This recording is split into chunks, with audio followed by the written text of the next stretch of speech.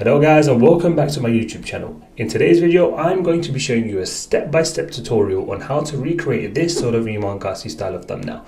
So if you're interested, let's get straight into the video. So let's just start off by creating a new document. So we are going to keep the width of this document to 1920, height 1080p. We're going to keep the resolution to 300, keep it to 16-bit RGB color, and all the other options should be the same, and click create. Now guys, here I have an image of a black background which I found on FreePic, and I'll link this in the description for you guys, and I'm just going to drag this into my original document like so. I'm just going to sort of drag it to fit the screen better, maybe resize it a little bit. Something like this should be fine, and press enter like so. Now I just want to decrease the exposure of this layer, so what we are going to do is go to the adjustment layers and we are going to go to exposure, and I am just going to decrease the exposure ever so slightly just to make the background a little bit darker. So 0.78 should do the trick. Also be sure to add a quick clipping mask to the bottom layer, so just right click and create clipping mask so that the exposure layer only affects the background. Now the next step will be to add in a subject. Now I've already cut out this image which I found on FreePic, and I'll link it in the description down below for you guys, but you don't need to use this image. You can use any image that you want, which is obviously facing the camera. So I'm now going to drag this subject into the original document, and you can resize the subject as you see fit.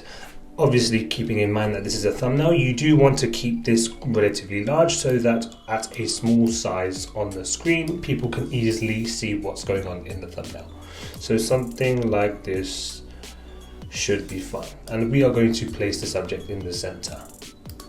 I'm going to make some adjustments to the subject just to make him pop a little bit more. So what we can do is right click on the subject and go and click on convert to smart object and go to filter, camera raw filter, and let's just make some quick adjustments just to make the subject pop. So we're going to go to effects, increase the texture, increase the clarity ever so slightly, not too much, and then we can go to light, increase the exposure, increase the contrast, maybe increase the highlights a little bit, increase the shadows by taking it backwards, and just click OK. And as you can see before and after, we can see that the subject is popping a little bit more. So the next step will be to add in some text. So what I will do is I'm going to type in on the left hand side 2023, and then I'm just going to escape and then resize it to fit better on the screen. Something like this should be fine. And then I'm going to escape and then hold Alt or Option and click on this and drag it whilst holding down the Shift key so that it goes in a straight line. And then we are just going to change this to 2024. Now the font that I'm using is Proxima Nova, and it's black italic is the font style, just to let you guys know. And what we will now do is I am just going to add some adjustments to the text. So let's start off with the 2023. So I am just going to double click on the 2023 layer and I am going to add a gradient overlay. Now, as you can see, I've already had the gradient preset saved, so I'll just give you the hex code of the gray shade. So let's just double click on this, and you can see that is the hex code of the gray shade. So you just want to have a simple gray to white gradient, so gray on the left side and then white on the right. Click OK, and then you just want to copy the settings you see on screen. And then I'll just do the same thing for 2024. So double click on the 2024 layer and click on gradient overlay, and it should have the preset gradient saved for you if you've already applied it to 2023, and then click OK. Now I'm noticing that the text fonts are a little bit too small, so I'm just going to highlight both of them, and I'm just going to increase the size of both of them just to fit better on the screen. Let me just adjust the movement of it ever so slightly, just so that it fits better on the screen.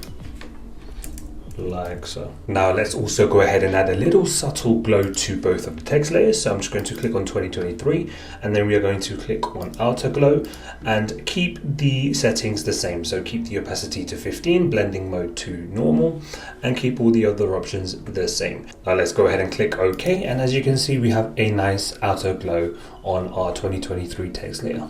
Now let's just do the same for 2024. So double click on the layer and click outer glow and then click OK. So now we just have a little subtle glow on both of our text layers to make it pop a little bit more. Okay, so far so good. So the next step will be for us to add in the lines, which you see in the reference thumbnail in Iman Gadzhi's thumbnail, which is having a red line which goes in a downwards trajectory on the left hand side and a green dotted line which is going in an upwards trajectory on the right hand side. Now in the reference thumbnail we can see that on the left hand side they are using the color red, and that would signify that there is a decrease in opportunity. Maybe the economy is not doing too well. And then on the right hand side you can see with the green color being used that obviously maybe the economy is doing well, there's opportunity and there's growth. So using these two colors signify different things, and red typically is associated with negative things and green is associated with positive things. Simple color psychology. So we are first going to focus on creating the line on the left hand side, which is the red line going in a downward motion. So let's start off by having the pen tool selected, so shortcut P, and then you want to make sure over here that you have the fill set to no fill, and also for the stroke you want it to be red, and you want to change the size of the stroke to 18 pixels and press enter. You also want to make sure on the options when you have the pen tool selected that it's set to shape and not path, so make sure that it's set to shape. And then we can begin to create our line. So with the pen tool selected, you want to start outside of the canvas and you want your first anchor point to be sort of in line with the text here. So click, and then we are just going to go in a downwards trajectory like so, and there is no real pattern you have to follow here. It's simply that you just have to be random with it, and you can adjust the anchor points if you're not happy with how it looks, but you want to keep going down like so, maybe something like this, maybe something like that, and maybe something like that. Now again, like I said, you can adjust the anchor points if you're not happy, so you can press A, the shortcut for the direct selection tool, and you can click on these anchor points to manually adjust them however you so please. So what I'm going to do right now is I'm just going to quickly adjust the anchor points till I'm satisfied. Okay guys, so I've adjusted the anchor points to my liking. Now we just want to make sure that this red line is behind the subject. So what I'm going to do is first I'm just going to rename this layer to red line so that we can identify what it is, and then I'm just going to right click on the eye and change the color to red so that again we can identify this layer very easily. I'm just going to now drag it underneath the subject like so. Now let's focus on the green line. So the same principle as what we did before.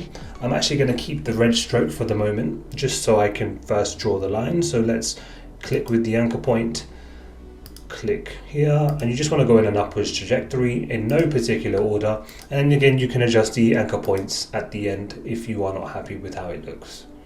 So something like this should be fine for now. Now we're going to change the color of the stroke to green. So make sure that the pen tool is selected and then go to the stroke, and we're just going to change it to a green color like so. And I can also give you the hex code for this because I know you are probably wondering. So here you go. Here is the hex code for this shade of green. Okay, and we are now going to press enter like so. Now we need to create the dashes. So if you can see in the reference thumbnail, it's not actually a straight line solid, it's a dotted line. So before that, let's just quickly rename this layer to green line like so. We're going to color code it as well to green so that it's easy to identify. Now we are going to click on this rectangular box here, and we are going to click on this dashed line option, and to adjust the settings of this line we are going to click on more options. From here we are going to adjust the dash to 3, and we are also going to adjust the gap to 1. You want to keep these things empty like so, and then click OK. Now if we zoom in here, you can see that there are some adjustments that need to be made, because we can see here that there are some weird edges in some of these dashed lines. So we're going to zoom out and we are going to just adjust the points on this line with the direct selection tool.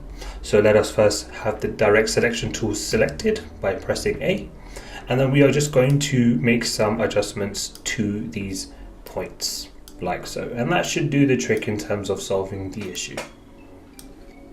I'm also going to make some adjustments to these lines. I don't really like where they are placed, so I'm just going to quickly adjust those as well at the same time. So something like this is looking pretty good. So what I'm now going to do is I'm going to make the shadow effect for both the red and green sides. So what we will first do is we will start with the left hand side, which is the red. So let's make a new layer underneath the red line. So let me just make a new layer underneath that. And we are just going to name this red shadow, like so. And we can also color code it so that we are able to identify it quickly. Now we are going to select the polygonal lasso tool, and we are going to zoom in, and we are going to make our anchor points within the red line, like so. So just within the red line. Then we want to sort of zoom out, and we are just going to finish off the selection and connect it, like so. So the selection now is underneath the red line, so anything we do within this selection here will not show outside of it. Now let's just zoom in, and with the brush tool, so shortcut B for the brush tool, we are going to increase the brush size to something relatively large, and we want to make sure that our flow is set to 100 and our opacity is set to 100, alongside also making sure that we have the red color selected. We are now going to lightly tap within the selection, like so. Something like this should be fine. Then we are going to press Command D to deselect, Command or Control D I should say, if you are on Windows. And we are going to now decrease the opacity of this to about 60. Like this. So now let's go ahead and do the exact same thing for the other side. So for the green side, we are going to do the same thing. So let's create a layer underneath the green line. We are going to label this green shadow, and we are going to also color code it to green. And then what we will do is we will, with the polygonal lasso tool, start to create our points within the line. So just make sure that you're doing it relatively near the edge of the bottom line, like so. If you don't like anything, you can always press backspace to redo it.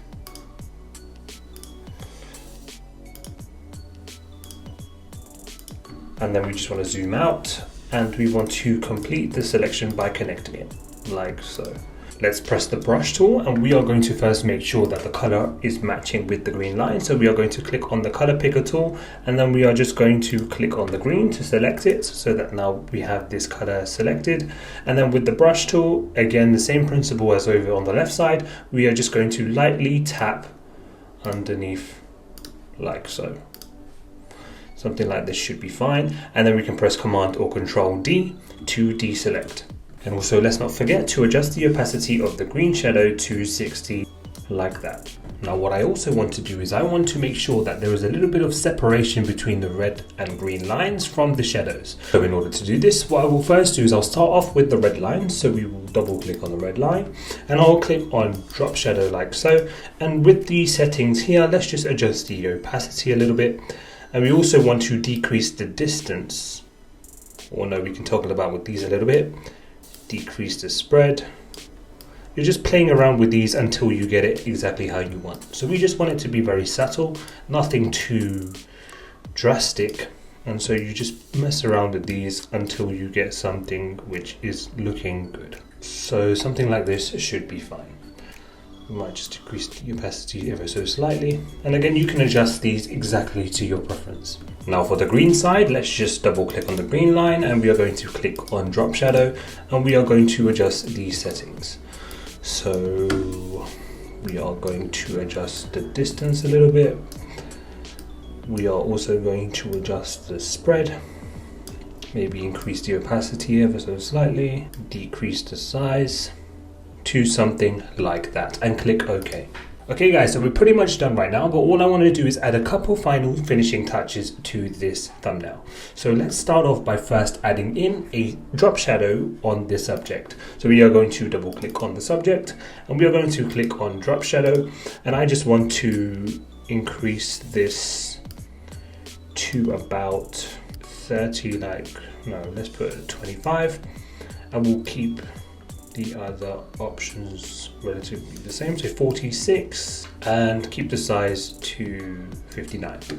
And we are going to click OK. Now if we just toggle between before and after, you can see that having that drop shadow in the back kind of separates the subject from the background, which is a good thing. Now the final step will be to add a finishing camera raw filter adjustment to the thumbnail. So what I am going to do is I'm going to click on the top layer, and then I'm going to use the shortcut Command Option Shift E in order to create and merge all the layers in this layer section into one layer. And then what I will do is I will right click on this layer and convert it to Smart Object, and I will go to Filter, Camera Raw Filter, and from here we are just going to make some final adjustments to the thumbnail. So let's start off in the light section. So we are going to increase the exposure, increase the contrast. That's looking much better. So we're going to keep the contrast to 20. We are going to increase the highlights ever so slightly, decrease the shadows, or increase the shadows rather, by going down like so. We are going to increase, keep the whites at 0. We don't want to play around with that. We might actually decrease the whites slightly. So yeah, I'm going to bring down the whites ever so slightly. Maybe let's just do it to about 30, minus 30, and then increase. No, we're going to keep that to 0. Now let's go into effects. We are going to go and increase the texture. Put that to 15. We will increase the clarity to 10, and we might add a vignette here as well. So let's add a vignette. So just minus 8 or minus 4 looks good. We are going to add some grain. Now grain is a really good addition, and it really sort of merges everything well and it makes it look very good. So let's just add in some grain. We're going to keep that to 12, and we are going to go into detail, and we will increase the sharpening to, let's say, 30. We are going to also go into our color, and we are going to increase the vibrance to 20 and increase the saturation to +5, and then click OK. And as you can see, we have improved the thumbnail drastically. And this is why I always suggest that you guys always use a camera raw filter at the end of your thumbnail process, just to give it a little bit more oomph. It really takes your thumbnails to the next level. Okay guys, here is the final product. And as always, I encourage you guys to follow along with this tutorial so that you make the most out of it and you learn for yourselves. Again, you can use any other image of your choice. I hope this video provided a lot of value for you guys, and I will see you in the next video. Peace.